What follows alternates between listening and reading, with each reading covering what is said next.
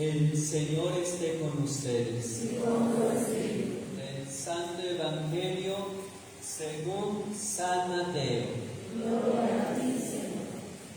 En aquel tiempo, al ver Jesús a las multitudes, se compadeció de ellas, porque estaban extenuadas y desamparadas, como ovejas sin pastor. Entonces dijo a sus discípulos: la cosecha es mucha y los trabajadores pocos. Rueguen por lo tanto al dueño de la mies que envíe trabajadores a sus campos. Después, llamando a sus 12 discípulos, les dio poder para expulsar a los espíritus impuros y curar toda clase de enfermedades y dolencias. Estos son los nombres de los 12 apóstoles. El primero de todos, Simón, llamado Pedro, y su hermano Andrés; Santiago y su hermano Juan, hijos de Zebedeo; Felipe y Bartolomé; Tomás y Mateo, el publicano; Santiago, hijo de Alfeo y Tadeo; Simón el cananeo; y Judas Iscariote, que fue el traidor. A estos 12 los envió Jesús con estas instrucciones: no vayan a tierra de paganos, ni entren en ciudades de samaritanos. Vayan más bien en busca de las ovejas perdidas de la casa de Israel. Vayan y proclamen por el camino que ya se acerca el reino de los cielos. Curen a los leprosos y demás enfermos. Resuciten a los muertos y echen fuera a los demonios. Gratuitamente han recibido este poder, ejérzanlo pues gratuitamente. Palabra del Señor. Gloria a ti, Señor Jesús. Los que puedan, tomen asiento un momento. Ahora que les pasó, les dio ganas de venir a misa. ¿Vendrán? ¿Será por los partidos de fútbol? Pues yo espero que no, ¿verdad? Que sea porque encontrarse con Dios y escuchar su palabra.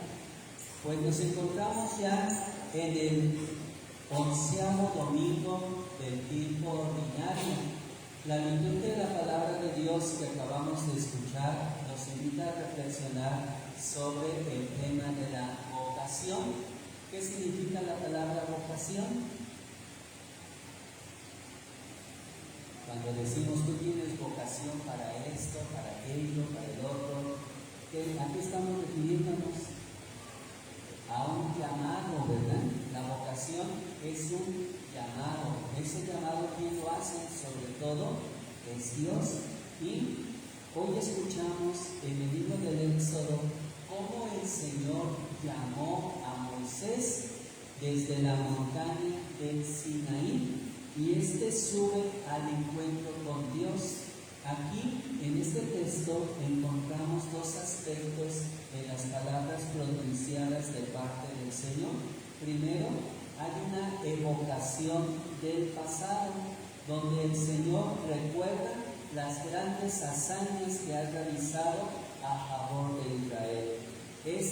Ha visto la acción de Dios en la propia historia, y solo el Israel que ha visto la mano poderosa del Señor, que lo ha librado de la opresión, podrá adherirse a Él con fe.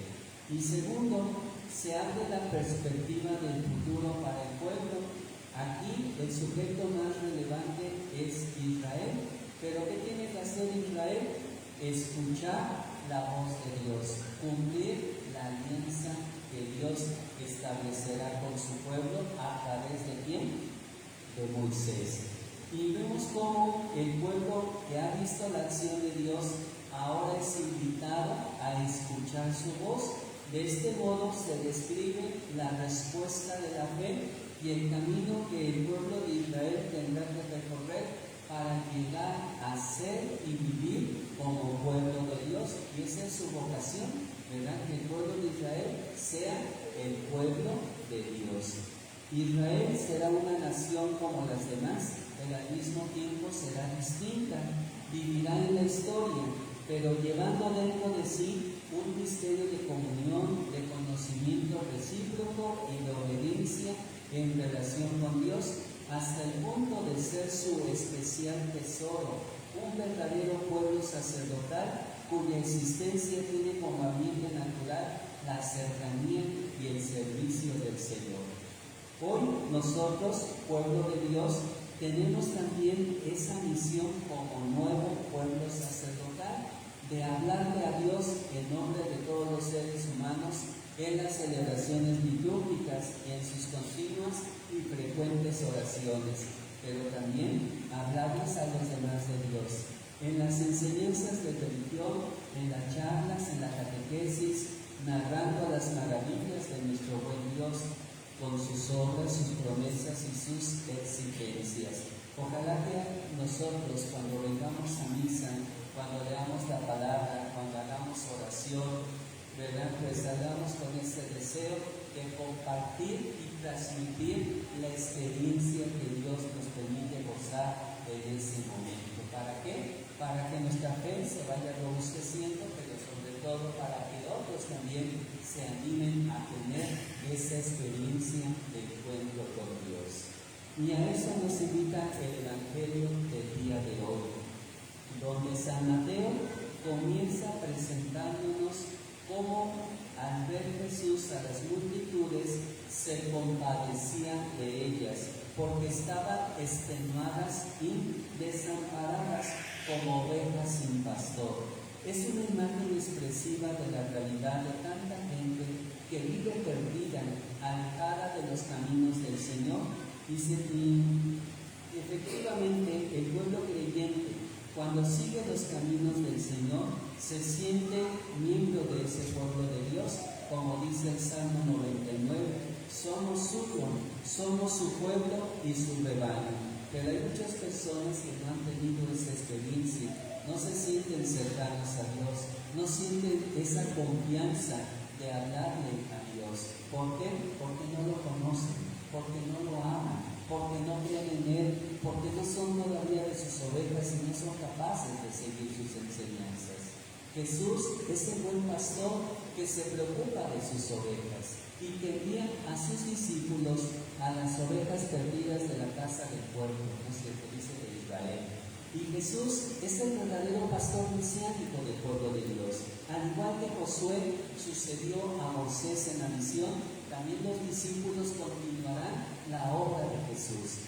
Y nos dice el Evangelio que Jesús, al ver a las multitudes, se compadecía de ellas. La palabra compadecerse significa padecer con estremecerse hasta las entrañas maternas y evoca el amor gratuito, activo y generoso de quien se siente parte de otro y sufre con el otro. La primera y la más urgente acción de los discípulos que han sido asociados a su misión es la de orar para que sean enviados los obreros necesarios para la misión. Jesús desea llevar a todos a los caminos de la salvación de Dios, pero enseguida se da cuenta de que la mies es mucha y los trabajadores pocos. Por eso necesita colaboradores, discípulos que lo sigan y colaboren en su plan de evangelizar. Y a continuación elige dentro de sus discípulos a 12 para continuar su obra. ¿Cuáles son los nombres de los 12 apóstoles? Si nos los preguntaran, ¿nos los sabíamos todos? Pues apenas los escuchamos, ¿verdad? Yo creo que sí, nada más hay que saberlos agrupar. Si se dan cuenta, aparecen de dos en dos para que no sea tan difícil memorizarlos, ¿verdad? ¿Cuáles son los primeros que aparecen en la lista?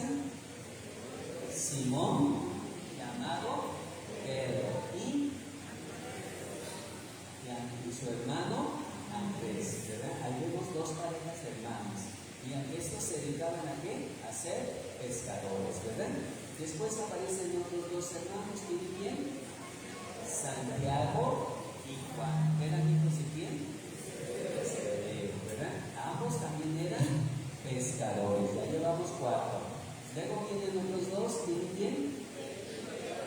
Felipe y Bartolomé. Después cambiaré el nombre de Natanael, ¿verdad? Pero bueno, ahí no nos dice más que sus nombres, ¿verdad? Después aparecen otros dos grupos. ¿Quiénes son? Tomás y Mateo, que era. Mateo, ¿quién era? El publicano. ¿Se acuerdan de Mateo? Hace 8 días hablábamos de él, ¿verdad? Él era el recaudador de impuestos. Y era un publicano, un recaudador público. De eso nos hablaba hace 8 días. ¿Ya llevamos cuántos? 8, ¿verdad? Luego vienen. A ver, lean su hojita. Santiago, hijo de Alfeo y Tadeo.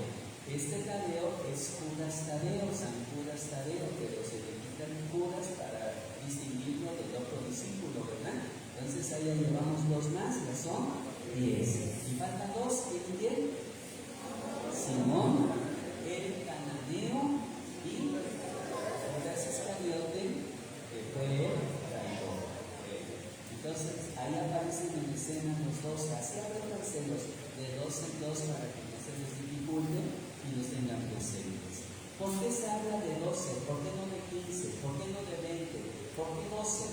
Porque el número 12 evoca a las 12 tribus de Israel. Los 12 representan la continuidad con el pueblo de la primera alianza y el fundamento de la comunidad de la nueva alianza.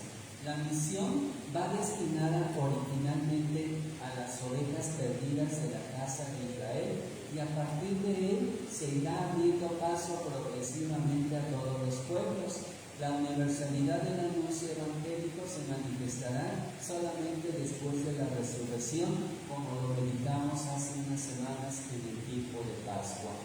Y el programa misionero de los 12 es escrito y estructurado a imagen de la misión histórica de Jesús, que comprende el anuncio del reino y la realización de este anuncio a través de algunos signos mesiánicos. Y estos signos mesiánicos, pues sobre todo hace alusión a la curación de los leprosos, de los más enfermos, resucitar a los muertos, echar fuera a los demonios. Y vemos cómo Jesús hace partícipe a sus nuevos amigos de su poder mesiánico, para que así manifiesten que Él es el Mesías, el Salvador del mundo, aquel que vino a instaurar nuevas las cosas. El fundamento de la misión de Jesús es la gratuidad de Dios. Por eso los 12 también seguirán su mismo estilo. Gratuitamente al recibir este poder, ejérzalo pues gratuitamente. La misión es un servicio gratuito.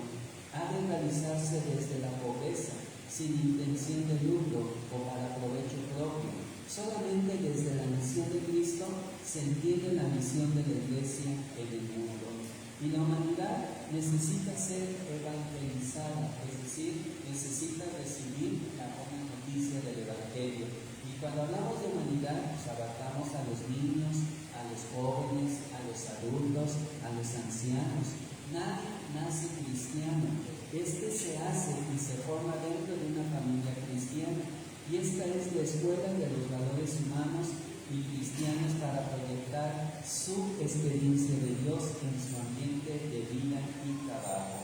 Termino esta reflexión con lo que nos dice en su hojita dominical, página 13, quienes la tengan, podemos acudir a ella, quienes no, se les comparto. Hoy la palabra de Dios nos invita a esto, a orar por las vocaciones. San Ignacio de Antioquía escribió: los ministerios conferidos por la ordenación son insustituibles para la estructura orgánica de la Iglesia. Sin el obispo, los presbíteros y los diáconos, no se puede hablar de Iglesia. Hoy Jesús nos invita a orar por las vocaciones. La cosecha es mucha y los trabajadores pocos. Rueguen, por lo tanto, al dueño de la mies. ¿Quién es el dueño de la mies? No somos nosotros, sino ¿quién? Dios, ¿verdad?